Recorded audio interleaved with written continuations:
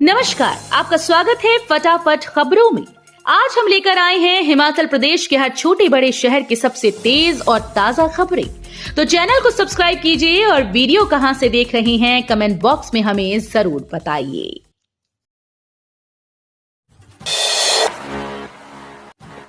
मुकेश अग्निहोत्री बोले, विक्रमादित्य सिंह, विनोद सुल्तानपुरी और विवेक शर्मा हमारे प्रत्याशी। हिमाचल प्रदेश के उप मुख्यमंत्री मुकेश अग्निहोत्री ने बड़ा ऐलान करते हुए कहा कि मंडी से विक्रमादित्य सिंह, शिमला से विनोद सुल्तानपुरी और कुटलैहड़ से विवेक शर्मा हमारे प्रत्याशी होंगे।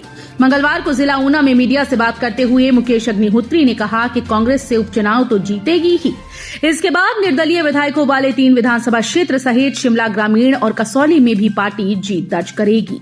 मुकेश ने कहा कि विक्रमादित्य सिंह युवा उम्मीदवार हैं। हमीरपुर से संभावित प्रत्याशी सतपाल रायजादा हैं। सीएम सुक्खू बोले, जयराम को पहले नहीं आई हमीरपुर की याद, अब पकड़ रहे हैं धूमल के पांव। नेता प्रतिपक्ष जयराम ठाकुर पर हमलावर मुख्यमंत्री सुखविंदर सिंह सुक्खू ने कहा कि चुनाव में नाक बचाने के लिए जयराम नौटंकी पर उतर आए हैं। सत्ता की भूख पूरी न होने पर बिके हुए विधायकों को साथ लेकर पूर्व मुख्यमंत्री धूमल के पांव पकड़कर आशीर्वाद ले रहे हैं। जयराम ठाकुर को सीएम रहते हमीरपुर जिले की याद नहीं आई। मुख्यमंत्री बनने पर वो हमीरपुर में नहीं पहुंचे, अब उनको हमीरपुर की याद आ रही है। हिमाचल में बिगड़ेगा मौसम, कई भागों में लगातार 5 दिनों तक बारिश की संभावना। हिमाचल प्रदेश में पश्चिमी विक्षोभ की सक्रियता के चलते मौसम बिगड़ने के आसार हैं। मौसम विज्ञान केंद्र शिमला की ओर से प्रदेश के कई भागों में 11 से 15 अप्रैल तक मौसम खराब रहने का पूर्वानुमान है।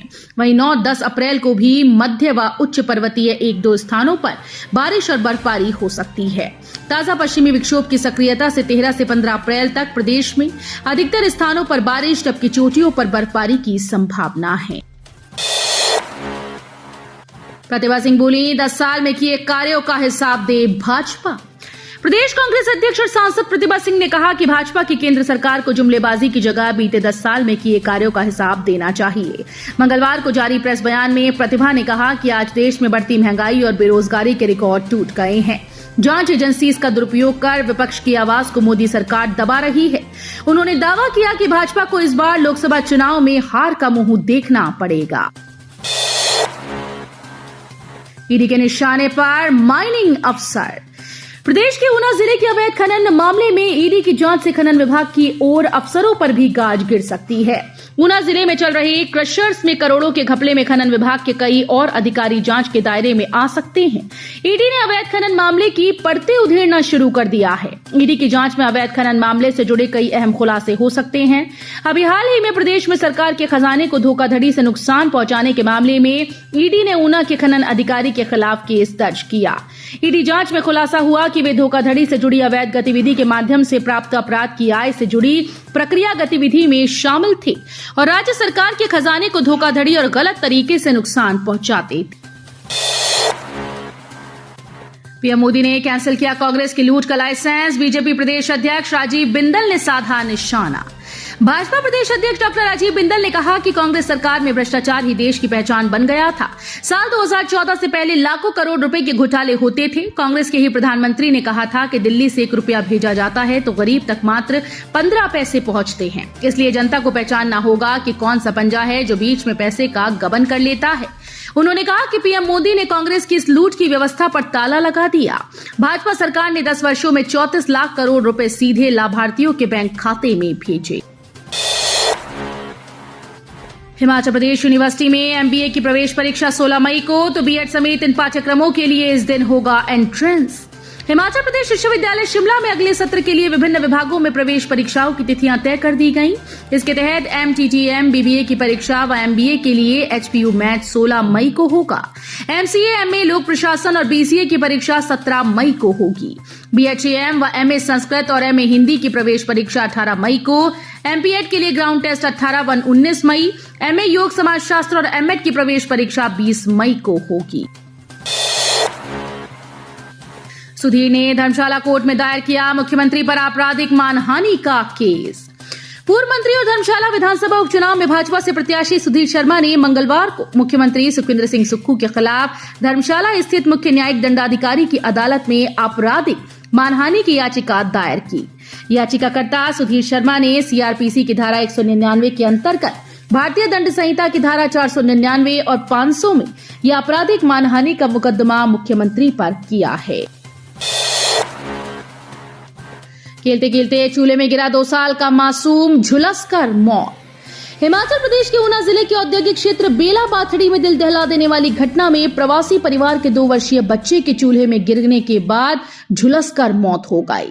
पुलिस ने मामले की जांच शुरू कर दी है।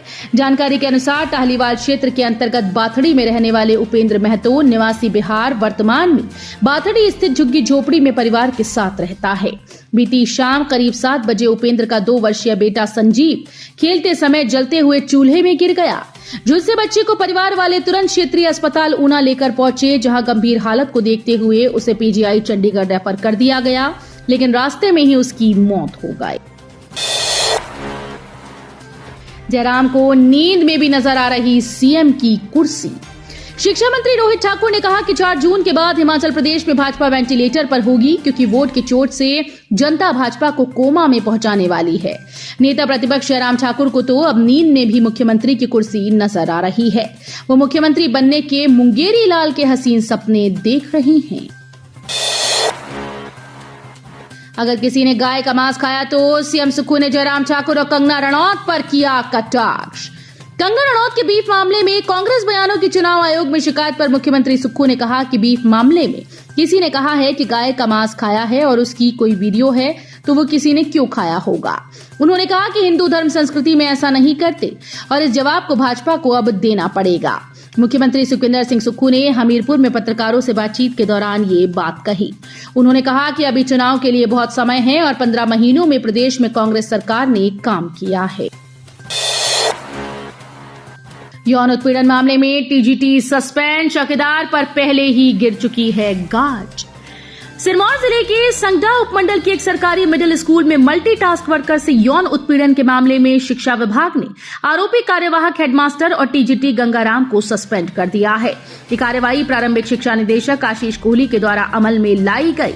इस संबंध में निदेशक की तरफ से मंगलवार को लिखित आदेश जारी कर दिए गए, जिसकी प्रति प्रारंभिक शिक्षा उप निदेशक सिरमौर, संबंधित स्कूल के प्रिंसिपल, एसएचओ थाना संगडा आदि को भी प्रेषित की गई।